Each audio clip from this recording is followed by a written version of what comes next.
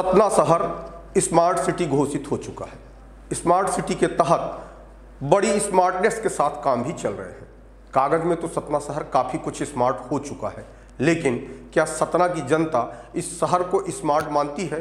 यह अपने आप में बड़ा सवाल है। नमस्कार, मैं हूं केशव तिवारी और आप देख रहे हैं विशाल खबर।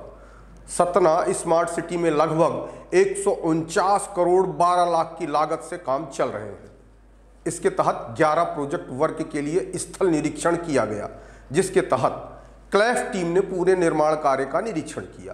क्लैफ टीम में कौन कौन शामिल है यह जानना भी जरूरी है। इस टीम में सबसे पहले सतना के सांसद गणेश सिंह शामिल हैं। निश्चित तौर पर वह क्षेत्र के निर्वाचित प्रतिनिधि हैं और उनका शामिल होना जरूरी भी है। इस टीम में एक और व्यक्ति भी शामिल है जिनका नाम है डब्बू गुप्ता।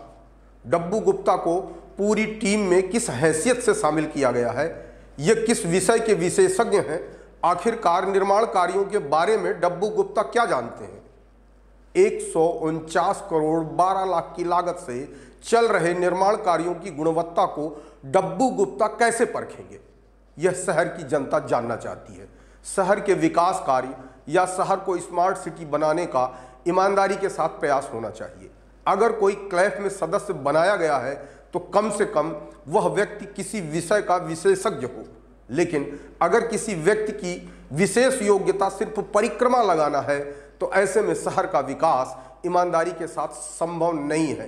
कम से कम सरकार के नीति नियंत्रक लोगों को क्लैफ में सदस्य बनाने के पहले यह सुनिश्चित करना चाहिए कि हम किसे सदस्य बना रहे हैं। स्मार्ट सिटी के संबंध में हमने शहर के मशहूर आर्किटेक्ट छवि त्रिपाठी से बात की। आइए सुनते हैं उन्होंने स्मार्ट सिटी के संबंध में क्या कहा। कि स्मार्ट सिटी के अंतर्गत जो कार्य चल रहे हैं और उसमें एक निगरानी समिति बनाई गई है जो उसकी निगरानी करेगी, तो स्मार्ट सिटी में जो काम चल रहे हैं उससे आप कहाँ तक संतुष्ट हैं? और जो एडवाइजरी कमेटी या निगरानी कमेटी बनाई गई है उसके संबंध में आपका क्या कहना है? देखिए भाई साहब, ऐसा है कि स्मार्ट सिटी की कोई लिखित व्याख्या नहीं है। स्मार्ट सिटी का जो मेरी अपनी सोच है, शहर में रहने वाला और उस शहर की बसाहट से जुड़ा हुआ हर व्यक्ति जब तक स्मार्ट नहीं होगा तब तक ये शहर स्मार्ट नहीं बनेगा।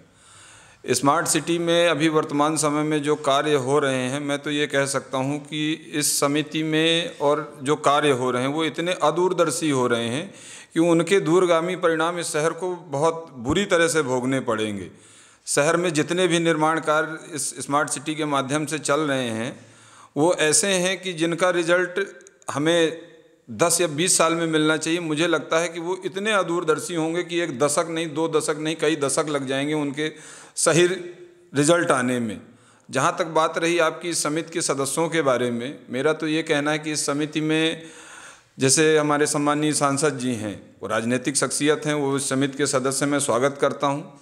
लेकिन बाकी जो अन्य सदस्य हैं, मेरा तो ये कहना है कि कम से कम उस समिति का सदस्य बनाने के लिए कुछ मिनिमम अर्हता होनी चाहिए, कुछ योग्यता होनी चाहिए। इसलिए कि स्मार्ट सिटी का अगर हमें विकास करना है तो एक दूरदर्शी सोच के साथ करना होगा। दूरदर्शी सोच के लिए मेरी अपनी सोच ये है कि उस समिति में कुछ शिक्षाविद हों, कुछ पर्यावरणविद हों, कुछ ऐसे तकनीकी विषयों से जुड़े हुए विषय विशेषज्ञ हों। मैं कह सकता हूँ आर्किटेक्ट होने चाहिए, विषय के अभियंता होने चाहिए। अभियंता से आशय मेरा इलेक्ट्रिकल इंजीनियर से भी है, मैकेनिकल इंजीनियर से भी है, सिविल इंजीनियर से है और उन तकनीकी विधाओं से, अन्य विधाओं से जुड़े हुए लोगों से है जो इस शहर के विकास के लिए संजीदा हैं, जो इस शहर के विकास के लिए अपना कुछ ना कुछ योगदान दे सकते हैं।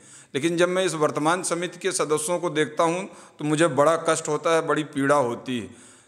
आपने ये सवाल किया, इसके लिए मैं आपको साधुवाद दे सकता हूं और ये कह सकता हूं कि अगर मेरी आवाज़ अगर इस समिति के सदस्यों को और इस समिति के नीति निर्धारण करने वाले उन लोगों तक पहुंचे तो निश्चित ही समिति का नया स्वरूप बनेगा और ये शहर जो है स्मार्ट बनेगा।